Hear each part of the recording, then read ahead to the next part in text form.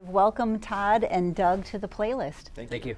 So that is a pretty impressive piece to watch, and I think the band nerd and the music fan is watching that in amazement. Well, thank you. Well, that's good. So yeah. we aim for that. Yeah. Good. So did you start off as percussionists, or how did you guys get started in this journey?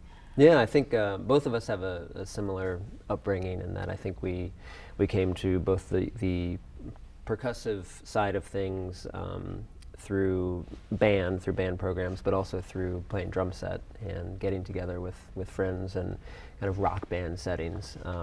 And for a while, I think we both had this split personality of playing in rock bands and then also playing in the school band. And well, we never stopped. So here we are, all these years later, still doing the same thing.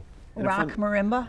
No, it was definitely rock drums, and for me, I was a rock bassist for a while as well.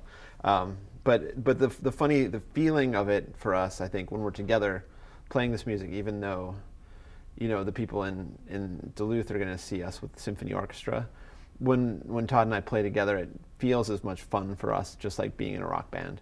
So I think we met when we were in college and music school, but we kept coming away from, it didn't feel like we were playing music in school, it felt like we were playing in rock band again. It just happened to be music that sounded like what you just heard, or symphony orchestra music. Tell me a little bit about the contemporary versus classic music. And for a percussive duo, how many pieces are out there for you guys to play?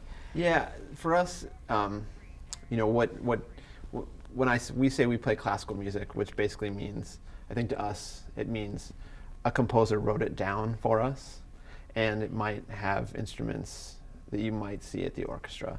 So of course, Beethoven barely wrote any notes for percussion. So all of our music is really young, and I think that's for Todd and I, what's really exciting, because there's not a lot of percussion duos and even less music. So if we're going to play a piece of music, it's going to probably be something that was a collaboration between us and some friends of ours.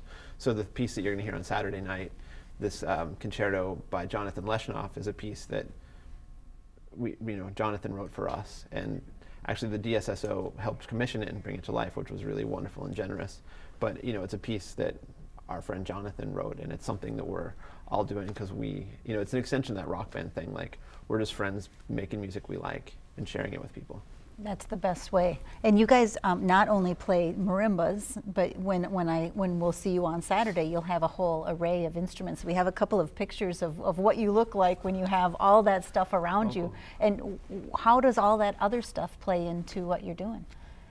Well, I mean, percussion by definition is anything that you strike, hit, rub, shake, really, anything that you're manipulating in that way. And with a lot of the pieces that we play, and certainly with the concerto, there are mountains of instruments that are surrounding us. And, part of the trick is learning how to navigate all of these things and knowing how to play this particular instrument in this moment and then quickly jump to something else and do something perhaps very different on another instrument.